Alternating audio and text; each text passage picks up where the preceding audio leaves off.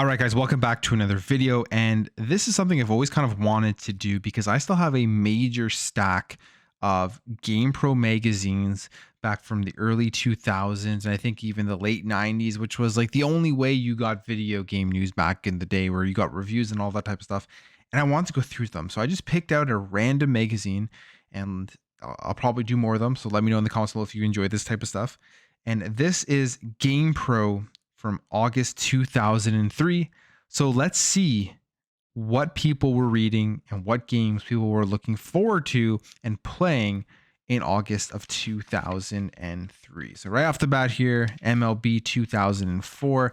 Those were those 989 sports games, which aren't around anymore. So you got to go pick up the old ones to play. I remember playing Game Day a ton with 989. Ape Escape 2. I mean, Ape Escape, a classic game. Be cool if we got a new Ape Escape game. Got a big ad here for, what is this? M Sports? No, that's from Midway. The game is from Midway, but it is for Freestyle Metal X. Never played this one, so I don't know too much about it.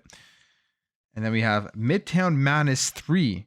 Only on Xbox. I don't think I ever actually played this one, so that's interesting. That's an exclusive Xbox game, and it looks like it's just like one of those like car battler style of games where you're going around and just doing a bunch of crazy stuff. They got ads here on the side.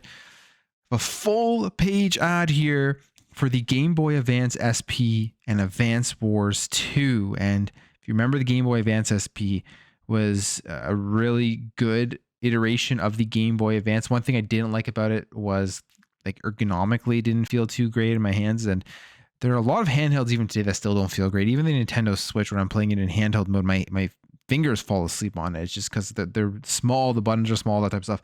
But Advance Wars 2 is an absolutely incredible game. The Game Boy Advance SP with that backlit screen was just it was awesome because there was a little button there. I think that changed. I don't know if that changed the brightness of the screen or it just turned the screen off or turned the brightness off. So, and with the Game Boy Advance SP, this is where I think they introduced sleep modes for games for a Game Boy Advance, where you could just close the cover and the game went into sleep mode. I believe that's how it worked. But yeah, I love my Game Boy Advance SP. I actually had that exact one, that silver one there. And we got some more ads here. Wakeboarding Unleashed. We don't see games like this anymore. These random extreme sports games. I mean, we got the Tony Hawk remake.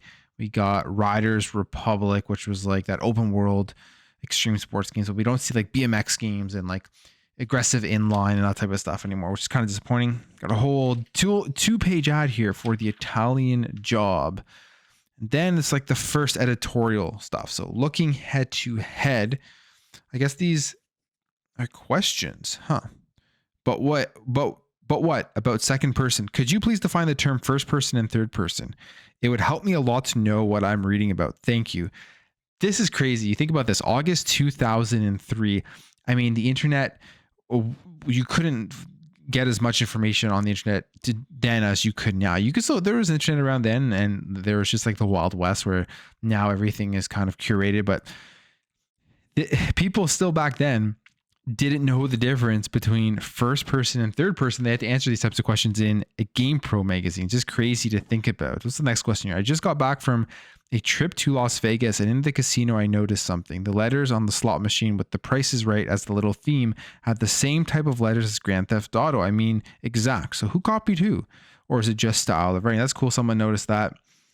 How can I get my Game Boy colors, my GameCube's color changed without buying a new GameCube? My GameCube is indigo, but I wanted platinum. Could you do that? I don't remember. You couldn't change your GameCube, right? Was there like a first party thing? Let's see what they say. As a matter of fact, you can, all right? If you're willing to live a few weeks without your console, colorconsoles.com offers 12 different metallic finishes. So that's really cool. So basically this is a third party company doing this, right? Colorconsoles.com. I had no idea if that exists. I really wonder if that website still exists today. I would love to check it out and see. And then the last question here, I'm wondering why games from other countries don't work in American systems. I know that other countries have different plugs and everything, but the company should make it so that you can play for foreign games without an emulator. What's up with that? The two words, Money and Control. Yeah, so they had like region lock stuff back then. I think a lot of these consoles now don't really have region locks. You can just select the country you live in and you can play games from anywhere. So that's a big change. But as you can see here, emulators were still a big thing there in 2003 because you couldn't play certain games. You couldn't get certain games from older generations. You literally just, they disappeared. And that's the fear going forward with games that come out now, especially ones that always have to be online, is are those games going to disappear? But yeah, you can see the same problems were happening in the early 2000s, 2003 to be exact. So we have this game here, Chaos Legion. I don't really know that one. We've got some more Game Boy Advance. If I love to see Game Boy Advance, I love the Game Boy Advance. I love to see it in these magazines as that was huge back then. Freaky Flyers. I think I kind of remember this one, but I don't ever remember really playing it, but I kind of remember seeing this game out back then. Be Nice to Mother Earthbound. I'm a big Earthbound fan. I used to play the SNES version all day, every day. Then I heard it was all coming to the N64. I waited and waited, but it never came out. Why? So there's that person, and then there's another big question there. But these questions are actually pretty cool. So I'm actually excited to see what the other questions are in further months and different years, how things changed. You have Tomb Raider. You got a full page ad here with Got Milk. It's hilarious. The Tomb Raider, the cradle of life in theaters. I don't know. I think there was multiple of these Tomb Raider games or Tomb Raider movies with Angelina Jolie, but I don't know if there's which one that was. Sony announces PlayStation Portable. So this is huge. The PSP, which I thought was a great handheld. I love my PSP. I also think the PS Vita is an incredible handheld that just didn't get the support that it deserved. There's so many good games on that. But we have Sony here announcing their PSP. So this must have just been announced at the E3 in 2003. It really cool to see there. Yeah, Battle of the E3 press conferences. So E3's 2003 was it. It was the main show. That's where you got all of the huge announcements. Like it was the place you had to be. Now going into 2023's E3, Nintendo, Sony, and Xbox and Microsoft aren't going to really have a huge presence there or have any presence there. So it's crazy how times have changed. Now this is cool. This is a Game Boy player ad. And what's this ad? Finally something good on TV. Now your favorite Game Boy games are on TV. Okay, so it's just like it's an ad trying to show like a TV guide, which is funny. But yeah, Game Boy player, that thing's awesome. I wish I still had my Game Boy player because they are expensive now, I'm pretty sure. And I'm pretty sure I gave it away as a kid. Yeah, the iToy announced at E3, Street Fighter returning to comics, Hulk, another Game Boy Advance ad, or just a game ad, but they have the Game Boy Advance box there. Actually was just trying that out the other day. It's actually not too bad. So that's cool to see that. The coincidence is that it shows up in this issue that I just randomly selected. Then we have GamePro Labs ratings, and now I'll have to see more ratings to see if it's at a 5 or if it's at a 10. But this got a 4, this got a 5. It's at a 10. Very bad reviews. We got a router ad. People were really getting into the internet there. NCAA football. Man, I love the NCAA football games, but they're not around anymore. They are coming back though, so there's hope. There is hope for that. Budokai 2, Dragon Ball Z Budokai 2. They got a whole thing going on here. Celebrity Death Match on MTV. The greatest Madden football game ever made. This would be with Vic on the cover, or at least one of the greatest. This was the era where Madden was good. Now Madden sucks. Now I can't stand Madden, but this was when Madden was fun. It was deep. You had deep franchise mode. Now all it is like the Ultimate Team garbage. But yeah, a huge spread here about Madden.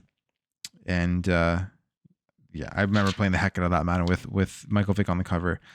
What do we have here? Defying Expectations. What game is this? Legacy of Kain. Oh, wow. Yeah, this is Legacy of Kain. Okay. Defiance. This is not... I remember playing Legacy of Kain on the PS1. I don't think I ever played this one, but this came out on the PS2 and the Xbox. Now, are there review scores here, or are these just like previews? I think this is just a preview. Or just special feature. It says at the top there, special features. So these are just special features. I'm guessing these games paid GamePro to get their games onto the special features. After Echo ad, Showstoppers at E3, Half-Life 2, incredible. Halo 2, wow. Okay, let's look at this. This is interesting because this is already shaping up to be an incredible E3. Half-Life 2, Halo 2, Metal Gear Solid 3, Snake Eater, Call of Duty, EverQuest 2, Boktai the Sun is in Your Hands. I never played. Counter-Strike, Deus Ex Invisible Wars, Sonic Heroes. This is an incredible slate of games that were shown off at E3 2003. Oh man, I wish we could go back. I wish we could go back and like that was incredible. I mean, Halo 2 and Half-Life 2 alone, just incredible. Wants to watch Doom 3, Dungeon Siege 2, Fable. I mean, Fable was awesome. Middle Earth Online and Mythica. So we had some MMOs here. Resident Evil 4. Man, True Spectrum Warrior. I know that one. Man, that's a great E3. Ninja Gaiden, Thief 3, Prince of Persia, Whiplash, F-Zero GX, Castlevania, Lament of Innocence, and then Hardware. Man, is that it? Is there more they're going to blow us with? Oh my goodness. Billy Hatcher and the Giant Egg, Karaoke Revolution, and then Mario Kart Double Dash. Disappointments. Interesting. 1080 Avalanche, Conquer Live and Uncut, The Fast and the Furious, Lord of the Rings, The Treason of Isengard, Medal of Honor Rising, The Engage. Yeah, well, I guess The Engage didn't last that long. It was pretty cool though. Seven Samurai, Star Fox, and Star Wars Rogue Squadron 3, Rebel Strike, and then Vector Man. Man, that's a stacked E3 though. You think about it, like this is just so many great games. So many great games. Madden, you can see who was paying all the money. You had a whole feature for Madden 2004. Now you have a whole full page ad with the Madden season stuff. So you can see who was paying the money back then. Beautiful Joe as another E3 showstopper. Need for Speed Underground. Honorable mentions. Holy crap. What a year for E3. Final Fantasy X-2, Jack 2, Onimusha 3, Tony Hawk's Underground, Crimson Skies. Oh my god. Cameo Elements of Power there too. TMNT. I don't remember this one. Is this... I don't know if this was like a remake or a new one or whatever. I got Top Spin, which is a great tennis game. Metroid Zero Mission, Mario and Luigi. I think that's the RPG one, right? Final Fantasy Tactics Advanced, Metal Gear Solid Twin Snakes. Oh my goodness. Call of Cthulhu, Counter-Strike Condition Zero. Holy crap! What a year for E3. If we could go back there, knowing what we know about a lot of these games, it would just have been one of the best E3s, I think. That's crazy. Got Sonic Adventure ad. All right, here we go. Some review. So it's got to be out of 5. Definitely it's out of 5. Advance Wars 2. And you know what I like about these reviews here from GamePro? They got the most important thing that's more important than graphics, sound, control, gameplay, any of that. Fun factor. How fun is the game to play? Advance Wars 2, you can see the score there. I remember looking at these scores, and that's how I based a lot of my what game am I going to randomly pick up and play next, because you just kind of just looked at the box. Donkey Kong Country here on the Game Boy Advance, the remake of it, which again I played that recently just on my Game Boy Advance. Sonic Pinball Party, very cool. I'm surprised 3.5 for Donkey Kong Country for fun factor, but I feel like out of 5 still not bad. Got First Looks here for Game Boy Advance, Super Mario 3, Mega Man 02, Pokemon Pinball. Man, the Game Boy Advance was so good. So good. Oh, here we go. Teenage Mutant Ninja Turtles from Konami. I'm actually playing the TMNT one that was created by Ubisoft right now on my Game Boy Advance, which is a beat 'em up, and it is phenomenal. It's phenomenal for what I've played so far. There are a lot of good TMNT games on the Game Boy Advance. I love these ads. I remember these ads fully. The GameCube to me, it was just so good. It was the most underrated console that generation. I don't care what anyone says, because I feel like people didn't appreciate the GameCube then, and I think they appreciate it a lot more right now. But I love the form factor. I like the small disc. I love everything they did with it. The biggest thing is obviously they made that mistake of going with the small disc because you didn't have the DVD player, and that's why a lot of people bought the Xbox or the PS2 to get that DVD player. But I love the form factor, the handle. and I just all the games on it were so good. And like I loved these ads. These ads always got me. And then you had the Game Boy player, Final Fantasy Tactics Advance, Sword of Mana, Enter the Matrix. I don't know, Rise of Nations, Mega Man Network Transmission ad, PC. So they had PC stuff in here. All right, PC previews, Star Wars Galaxies. So I wasn't into that many PC games back in the day, or this time at least. Yeah, in general, I was mostly only console, except randomly played like sports games on PC. Back when like the PC, it was like the better experience. And then eventually, I think this generation is when I went more to console for those sports games. But previous to this generation, it was like Flight Simulator and like sports games on PC. Siphon Filter, the Omega Strain, another sneak preview, Tony Hawk Underground. You just would look at these games, it's hard to explain. Now you go on the internet, you get everything. You're instantly gratified. You look up a video, you look up millions of people talking about these games and what their thoughts are, and it's just not the same. You pick up a magazine, you'd have to look at this magazine for the entire month, and you would get general idea of what the game was like and the gameplay and stuff just by looking at these screenshots. But the surprise and the excitement to finally be able to play them, it just isn't the same. And kids these days will never understand that because everything is just so instant right now. Gradius 5, Brute Force, full page ad there, which is cool. Dino Crisis 3, Gran Turismo 4, Armed and Dangerous. So these are all sneak previews. So these are all games that are coming out. You can see the release dates like August, winter 2003, winter 2003, October, September. So games coming out in the next few months or so.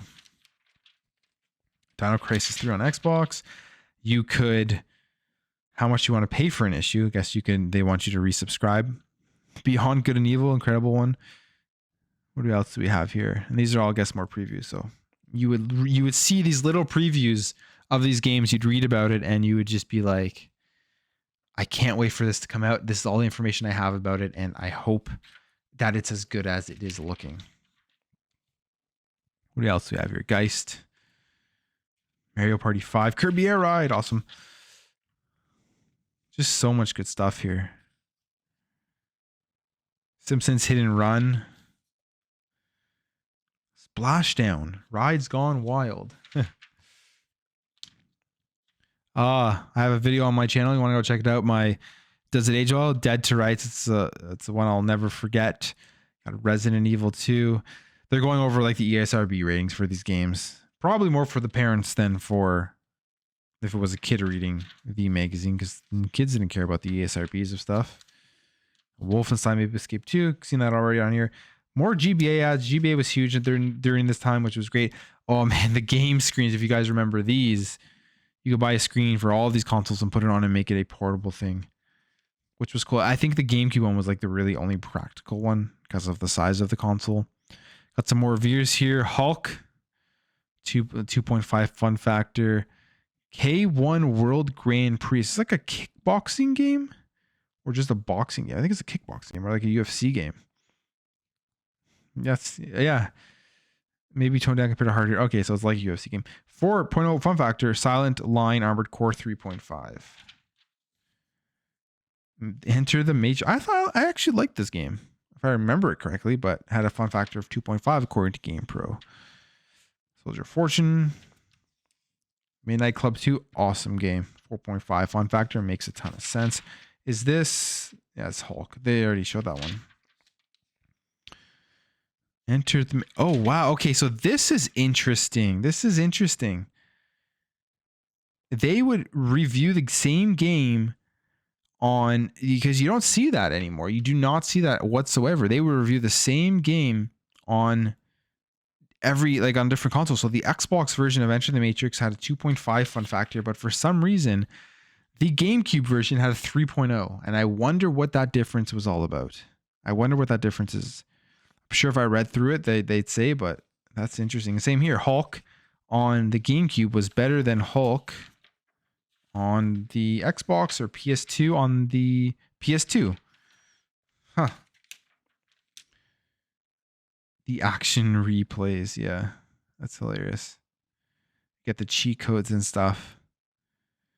But you absolutely don't need that stuff anymore. NCAA football 2000. See, these were the good football games. Look at these scores. They have all three of them. I don't know why they wouldn't do this for every game. Just put all three. Look at this. Look at this. Look at this score. That's a little blurry, but yeah. 5.0 fun factor for NCAA football 2004. This is when EA made good football games.